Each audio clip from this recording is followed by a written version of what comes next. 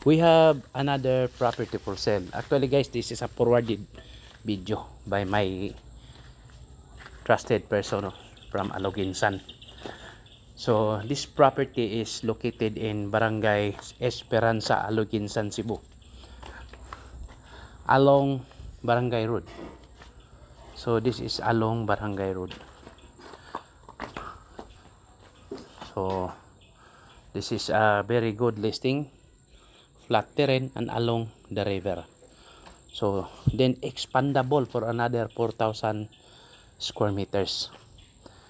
Pwede pa ni siya madakan guys. So meaning pwede pa ni siya mga 8,800 square meters tanan. So it has so many trees, coconut trees, including the young ones, no, mga gagmay na po yung mga small coconut trees or young coconut trees and big coconut trees that will reach about around 50, mga 50 kabuok, 50 pieces.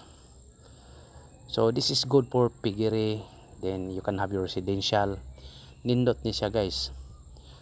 For site inspection, just contact me anytime. We can have a site inspection. Bisan ugma guys, pwede ran mo namo kuyugan, no. So again, the property we are selling is 4,400 square meters, expandable for another 4,000 square meters.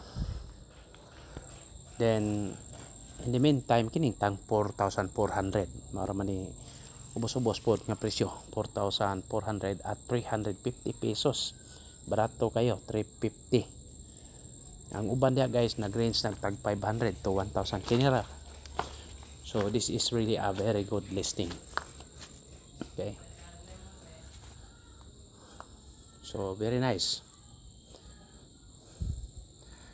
Aloginsan, Esperanza, Aloginsan, just around 15 minutes drive from Carcar City, Cebu. So doon ni siya sa Carcar City. Then the road connecting on this property is rough, but just only a few step from the concrete road. Malakang ra, mga gikan sa rough road, mga 30 meters to concrete road. So dool kayo guys. So money, this is really a good, no, very nice property. So from beaches in Aloginsan, more or less nasa mga 20 minutes drive.